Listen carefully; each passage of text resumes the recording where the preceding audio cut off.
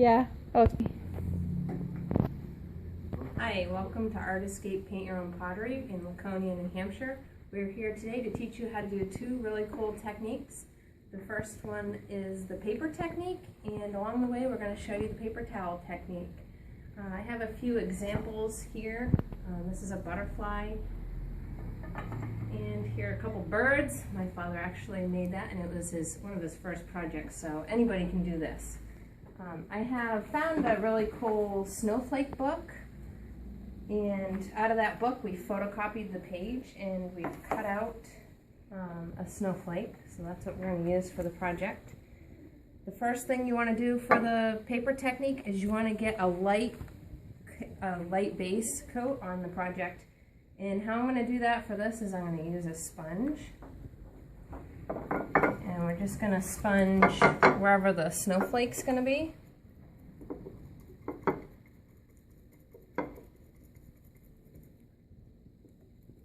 I'm just tapping off the sponge in between.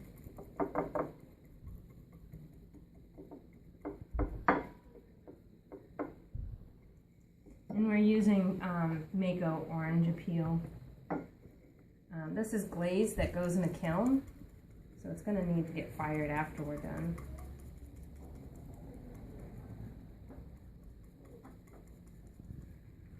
I'm just going to dry this in between the coats. Now I have 3 base coats sponged onto the plate and it's dry. The other option you could have done was using just some random brush strokes with different colors. That's how the bird plate was done right here, was just putting loose, watered down paint like this and some random marks. That was the space right here. So now that we have 3 base coats done, we're going to open up our snowflake that we cut out. I put in the green. Yeah, why don't we get green Santa? He looks good. So you want one of these? How many different shapes? I don't know. They're all that messed up. I have that laid out there. You want them? And we're going to use a fan brush and just fan a light coat of water on top of the dry paint. If you tried to do it on top of wet paint, you're going to end up smudging your paint. And what this is going to do, it's going to make it so you can stick the paper onto the plate. So we're going to put this snowflake in the center of the plate. Because right now that piece is stuck in. And just squish it right on there. You want to make sure that the whole plate, the whole snowflake is really stuck down on there. If not, if there's little areas where the paint can get under, you wouldn't have nice even edges. You'd end up with paint going underneath of your pattern. And if you're having problems sticking that down, you can just take some extra paint and put it on top of whatever's not sticking down of the same color. But you want to make sure when you look at it that nothing's lifted off the plate, that it's all really stuck onto the plate.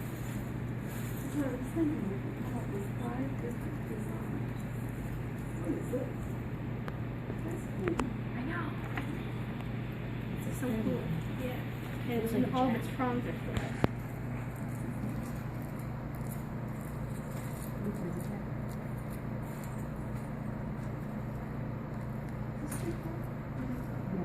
So now I have that stuck on there really good.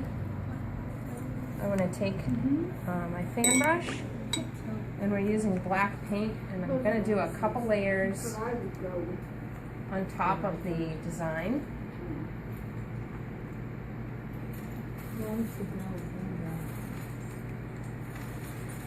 And this is just the Mako Tuxedo black paint. It's actually glaze. It goes in the kiln.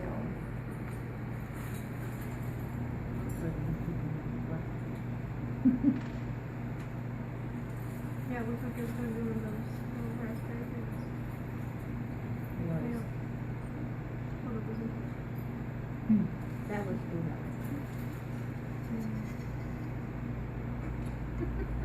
worse than inside. And at this time, if you wish, you can paint the back of the plate also. Or you could always do it later. Doesn't matter.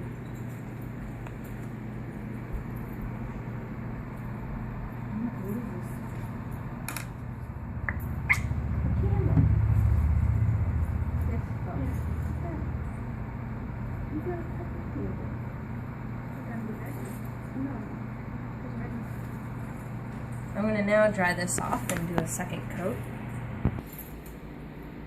Now we're back after we've painted 2 coats of black paint on the top of the snowflake. I'm going to go and put 1 thick coat of purple. This is Blueberry Hill Mako's Stroke and Coat. And you want to put this on kind of fast. You don't want it to dry because I'm going to show you how we're going to use a paper towel to get a really cool texture on the paint.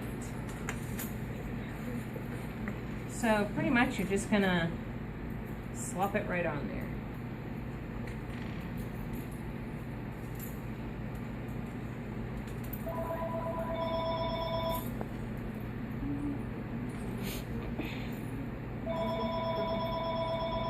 And of course the palms. Go.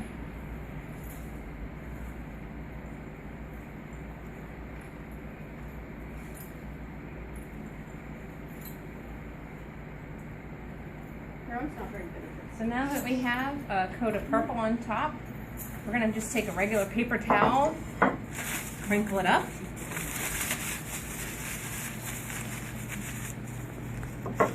We're going to push it into the paint and pull it back off, and it's going to give this really cool texture on the paint. You probably need a couple paper towels.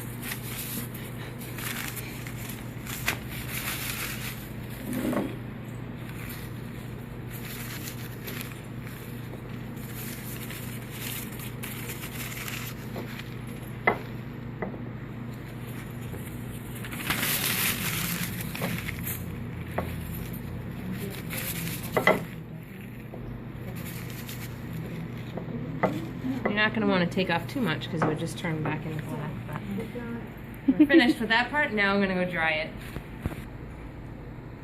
Now that we've dried our layer of purple to the point that it's not shiny, you want to make sure you don't have shiny areas left, or those when you pull off the image it would be blurry. So mine's pretty dry, and I'm going to start pulling the paper off. You do want to make sure that you don't leave this till the next day, because that paper will be permanently stuck onto the plate and it will no longer come off. So you want to make sure you have enough time to finish this project in one afternoon. Now anything that doesn't really come out perfect, like there was a little bit showing, we can just take a tool and clean up the edges, but you want to do that when it's dry. One thing that really helps is if you have a pin, you can put the pin right under there and help to peel off the paper.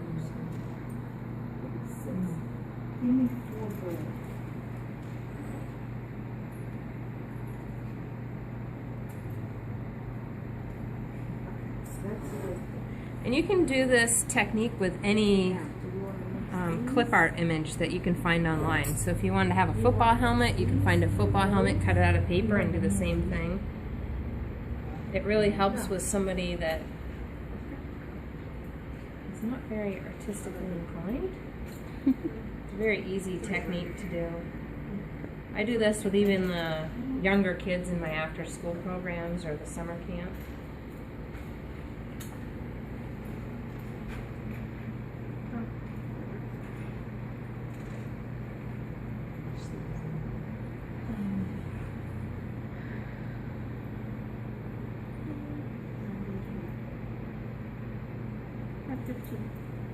So right in the middle of here, these are supposed to be little bats. So what I'm going to do is I'm going to take these Writer bottles that have white glaze in them, and I'm just going to go through and add some little eyes.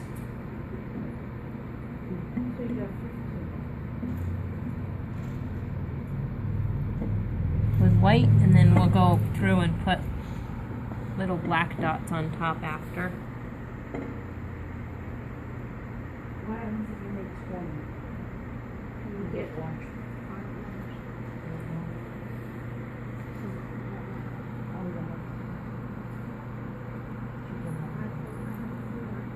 You want to let the white paint dry before you do the black dots on top. So I'm going to take it over and dry it. The last thing we have to do is just to finish up all the little details, the black dots on the eyes, and you can also go through and take one of these cleaning tools, and anything that didn't come out perfect when you pulled the paper off, you can scratch off. You want to just scratch off down to the orange. You want to make sure it's really dry when you're doing that, so you're not taking off the orange paint. And then you're just going to fire it in a kiln to cone 06, and when it comes back out, you'll have a great Halloween plate, and I'll show you a picture of that.